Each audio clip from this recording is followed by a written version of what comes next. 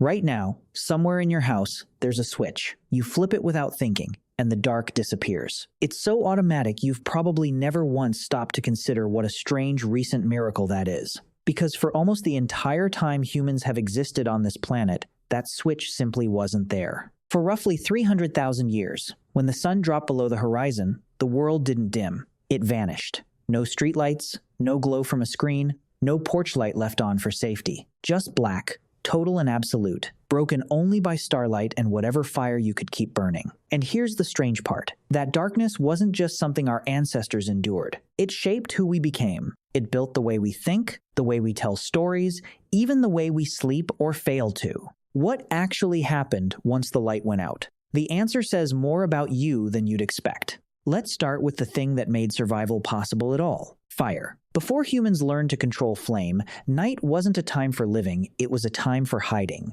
Every other primate on Earth still follows this rule. When darkness falls, you get small, you get still, and you get somewhere safe, because your eyes are useless against predators. Big cats, hyenas, wolves, all of them can see in conditions where a human is functionally blind. For a huge stretch of our evolutionary history, being caught outside after dark was often a death sentence. Fire rewrote that rule entirely.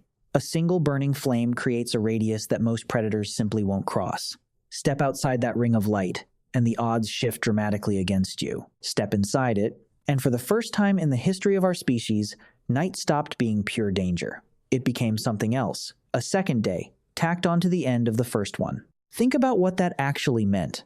Without fire, your ancestors' entire lives happened in daylight, maybe 16 hours in summer, as few as 8 in the depths of winter. Fire didn't just add warmth, it added time. Extra hours that didn't exist before, hours with no hunting to do and no ground to cover. And across thousands of generations, what humans chose to do with those stolen hours changed the species. They talked, but not the way they talked during the day.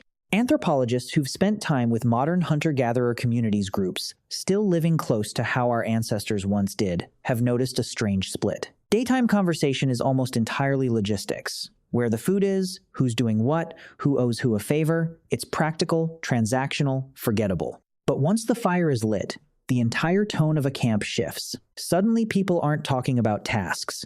They're telling stories about the dead, about distant relatives, about how the world began, about things that happened nowhere near this campsite and maybe never happened at all. That's not a coincidence. Firelight didn't just illuminate faces. It created the conditions for imagination, a shared, safe space where minds could wander somewhere other than survival. Some anthropologists argue this is where human culture, in the deepest sense, was actually born. Not in daylight, when everyone was working. At night, when everyone was still. But storytelling wasn't the only thing happening in the dark. There was something else buried so deep in our biology that modern science only rediscovered it by accident.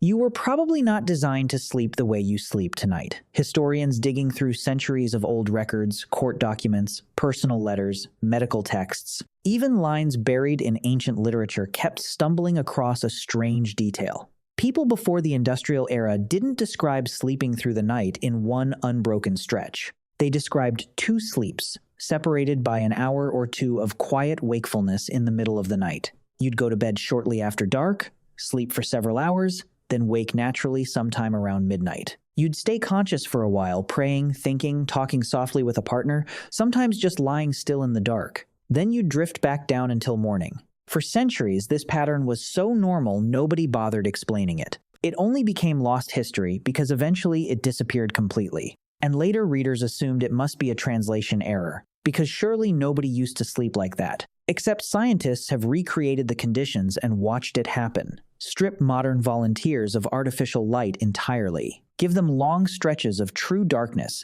night after night, the way it would have been before street lamps. Within weeks, without anyone telling them to, their sleep splits in 2. A block of sleep, a window of calm wakefulness, then another block. Researchers measuring their biology during that middle window found something unexpected.